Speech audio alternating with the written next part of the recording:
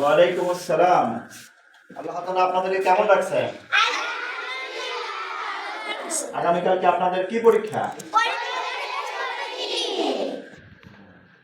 আপনাদের কি রকম প্রস্তুতি নিতে পারছেন আপনারা?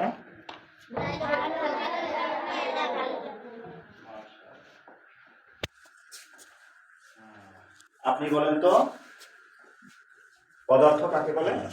যে সকল বস্তুর ওজন আছে, আয়তন আছে, জায়গা দখল করে, বল প্রয়োগে বাধার সৃষ্টি করে, তাকে পদার্থ বলে। মাশাআল্লাহ, বসুন। আপনি বলেন পদার্থ কত প্রকার? পদার্থ তিন প্রকার, যথা কঠিন পদার্থ, তরল পদার্থ, বায়বীয় পদার্থ। মাশাআল্লাহ, বসুন। আচ্ছা, এবার আপনি বলেন তো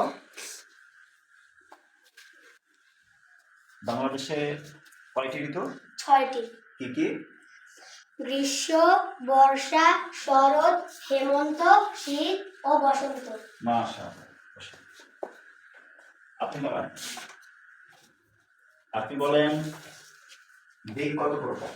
দিক 10 প্রকার। কি কি? পূর্ব, পশ্চিম, উত্তর, দক্ষিণ, ঈশান, বায়ু, অগ্নি, নৈঋত, ঊর্ধ্ব, অধো। মাশাআল্লাহ, বসুন। তাহলে আমরা ভালোভাবে প্রিপারেশন নিতে পারছি? ঠিক আছে, আপনারা ভালো থাকেন, আবার দেখা হবে। আসসালামু আলাইকুম ওয়া রাহমাতুল্লাহ।